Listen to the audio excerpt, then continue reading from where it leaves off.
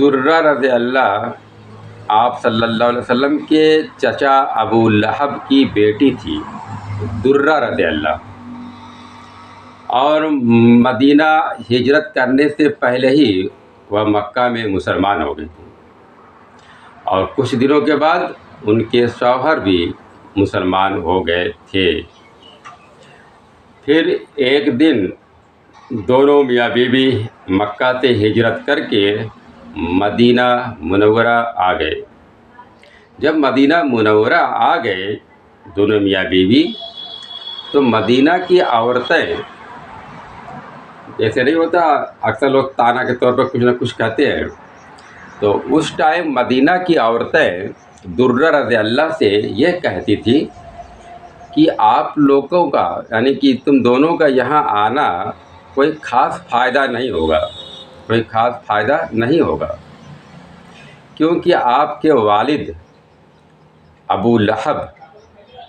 بدبخت تھے، اسلام دشمن تھے، محمد صلی اللہ علیہ وسلم کے دشمن تھے، اور اللہ تعالیٰ اس بدبختی کی وجہ سے آپ کے والد ابو لہب کے تباہی و بربادی کے لیے ایک سورہ نازل فرمائے۔ وہ سورہ ہے دوستو تبت یدا ابی لہب، وہی سورہ ہے۔ اور درہ رضی اللہ یہ سب باتیں سن کر بہت غمگین ہو گئی، جو کہ بات تو حقیقت تھی کہ ان کے والد اسلام دشمن تھے ابو لہب، اور محمد صلی اللہ علیہ وسلم سے جب شکایت کرنے لگیں حضرت درہ رضی اللہ، تو آپ صلی اللہ علیہ وسلم بھی ناراض ہوئے، اور ایک دن آپ صلی اللہ علیہ وسلم نماز سے فارغ ہو کر سب کو سمجھا اور یہ کہا کہ آئندہ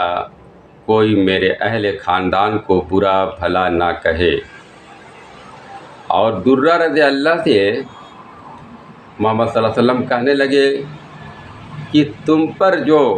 کو جو غصہ دلائے گا اللہ تعالیٰ اس کو غصہ ہوں گے، اس کے اوپر غصہ ہوں گے، تم صبر کرو، ایمان پر ثابت قدم رہو، تم ایمان میں داخل ہو گئے ہو، الحمدللہ۔ باپ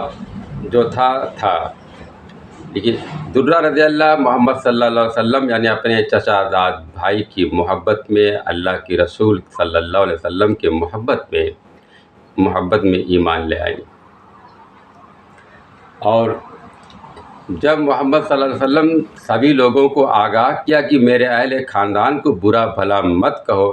اسی دل سے سبھی لوگ اپنے غلطی کا احساس ہوا اور دوبارہ پھر کبھی کچھ نہیں کہا۔ پھر ان کے شوہر کو